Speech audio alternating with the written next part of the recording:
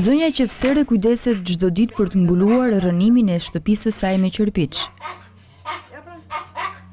Jeton në një prej lagjeve më të vjetra të kryeqytetit, që për kryeministrin Rama ka vlera historike.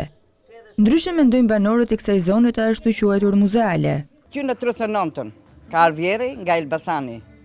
Unë si nuse kam 24 vjetë.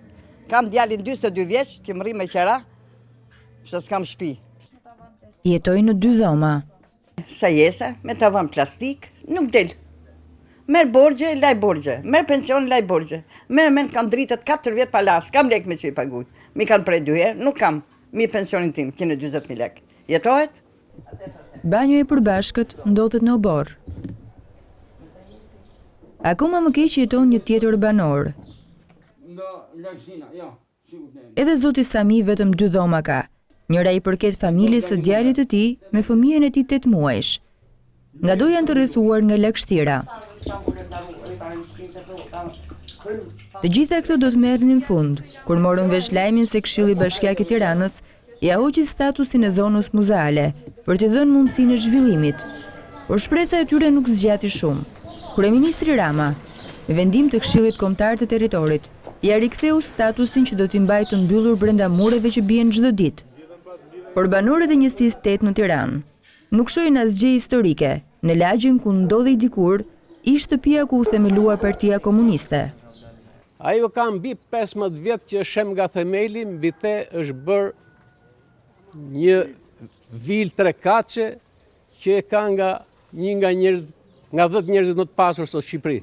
Kryeministri i sotëm, me që ha meraku për zonë historike, në kohën që ka qenë kryetar bashkie, kthejni kamerat mrapa, ja ku është ndërtu pallat. Në kohën që ishte ai kryetar bashkie, shkoni 100 metra më lart, është ndërtu pallat 10 katësh, 8 katësh, me lejen, me hyshmin e këtij që sot është kryeministër e ka qenë kryetar bashkie, a në atë kohë ishte zonë historike kjo, u bë sot. Ata i kanë drejtuar edhe një peticion gjykatës kushtetuese. I kanë drejtuar edhe prefektit Vorpsi.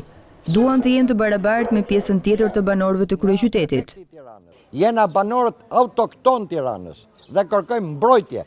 Mbrojtje nga shteti jonë, mbrojtje nga qeveria jonë, e cila kërkon të na në përkëmb dhe të na mohoj të drejtat më bazë të njeriut, atë të shfrytëzimit pronës. Është një pronë që e trashëgojmë nga të parët tanë. Nuk e trashëgojmë, nuk e gëzun ato vetë. Po edhe ne nuk po e gëzojmë. Me sa duket as fëmijët tonë jo. Në një kohë, kur në gjithë Shqipërinë po bëhen legalizime në pronat të vjedhura, dhe e them këtë me plot gojen, pronat vjedhura, ndërsa në pronat tona, me dokumentat rregullt, taksapaguesit nga më të rregulltit, ligjzbatuesit më të rregullt të kësaj republike, ne shkelemi me këmbë.